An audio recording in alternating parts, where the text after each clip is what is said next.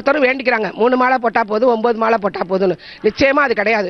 நம்ம அம்மா கிட்ட வந்துட்டோம்னா அம்மா நம்மளோட ஊழ்வினையை தணிச்சு நம்மளை கரையேற்றுறதுக்காக தான் இருக்கேன். ஒரு சின்ன உதாரணம், யார் அம்மாட்ட வந்தாலும் அம்மா சோதனை கொடுக்குறா. நம்ம 1000 ரூபா பேங்க்கில் போட்டு 2000 ரூபா வித்ட்ரா ஸ்லிப் எடுக்க முடியாது. நம்மளோட ஊழ்வினையை தணிச்சு அம்மா நம்மளுக்கு அருளை கொடுக்கறதுக்காக தான், நம்மளோட பிறவி கடனை கழிக்கிறதுக்காக தான் அம்மா நம்மளுக்கு ஒரு சோதனை இல்லை, நம்மளை சாதனையாளராக ஆக்கி காட்டுறாங்க. இருமுடி அணியறதுக்கு ஒரு சின்ன உதாரணம் சொல்கிறேன். என்னோட சொந்த வாழ்க்கையில் ஒரு வருஷம் நவராத்திரி விழாவில் சரஸ்வதி பூஜை அன்னைக்கு வீட்டில் விளக்கேற்றி வச்சு சாமி கும்பிட்டுட்டு 10 நிமிஷம் கழிச்சு பார்த்தா அம்மாவோட படம் மாலை எல்லாமே எங்கள் வீட்டில் திடீர்னு எரிஞ்சிக்கிட்டு இருந்துச்சு. நான் வெளியே போயிட்டு உள்ளே வரும்போது பார்த்தா எங்கள் சாமி ரூமில் ஒரே நெருப்பு ஜுவாலையாக தெரிஞ்சுது. உடனே நான் அம்மா ஐயப்பன் ஜோதியை எனக்கு காட்டிட்டான்னு சொல்லி தியானம் இருந்துகிட்டு இருந்தேன். எங்கள் அம்மா எங்கள் வீட்டில் இருந்தவங்க என்னை தட்டி எழுப்பி வீடு எரிஞ்சிக்கிட்டு இருக்கு, நீ என்ன தியானம் இருக்கேன்னாங்க. அப்போ முழிச்சப்போ தான் எனக்கு விளக்கு எரியறது படம் எரியறதுலாம் தெரிஞ்சிச்சு. பார்த்தீங்கன்னா அம்மாவோட கருவறை படம் மட்டும் அப்படியே இருக்குது.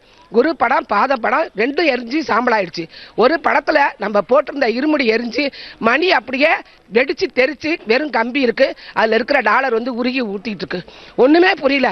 திடீர்னு அணைச்சிட்டு திஷ்டி கழிச்சிட்டு உடனே அப்போ அம்மா நவராத்திரிங்கிறதால பேச மாட்டாங்கன்னு நவராத்திரி முடிஞ்சு 8வது நாள் அம்மாட்ட உள்ள நுழையிறேன். பாத பூஜைக்கு உள்ள நுழையிலே அம்மா என்ன கேட்குறாங்க, என்ன எல்லாம் எரிஞ்சு போச்சான்னு. என்னம்மா இப்படி பண்ணிட்ட, வெள்ளிக்கிழமை அதுவும் நான் கும்பிடுற குருவை எரிச்சு என்னோட அம்மாவோட திருவடியை எரிச்சு சக்தி மாலையை எரிச்சு இப்படி பண்ணிட்டீங்களேம்மா அப்படின்னு.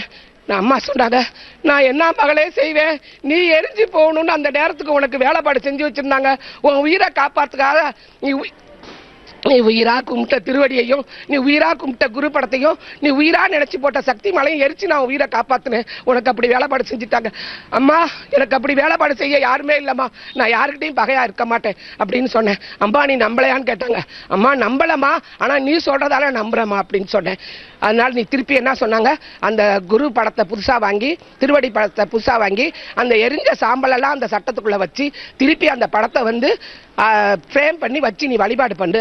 அந்த எரிஞ்ச மாலையை நீ இந்த வருஷம் இருமுடிக்கு போட்டுட்டு மாலையை செலுத்திட்டு அம்மா பாத்துல வை, நான் என்ன செய்யறதுன்னு சொல்றேன். நாங்க அம்மா வெறும் கம்பியும் அந்த எரிஞ்ச டாலரும் தான் இருக்குட்டேன், அதைத்தான் நான் சொல்றேன் அப்படின்னு சொன்னாங்க.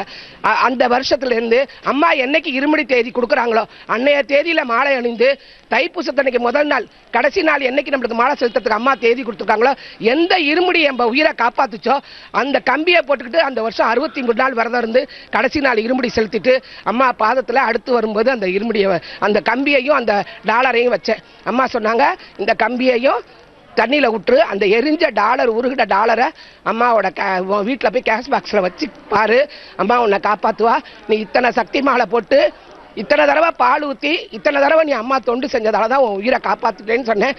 சக்திகள் அனைவரும் தயவு செஞ்சு 9 மாலை போட்டால் போதும்னு சொல்லி 3 மாலை போட்டால் போதும்னு சொல்லாம சக்தி மாலைகள் நம்ம அணியறது மட்டும் இல்லாமல் நம்ம பக்கத்தில் உள்ள அனைத்து பக்தர்களையும் சக்தி மாலை அணிய சொல்லி அம்மாவின் அருளை பெற வேண்டுகிறேன். ஓம் சக்தி.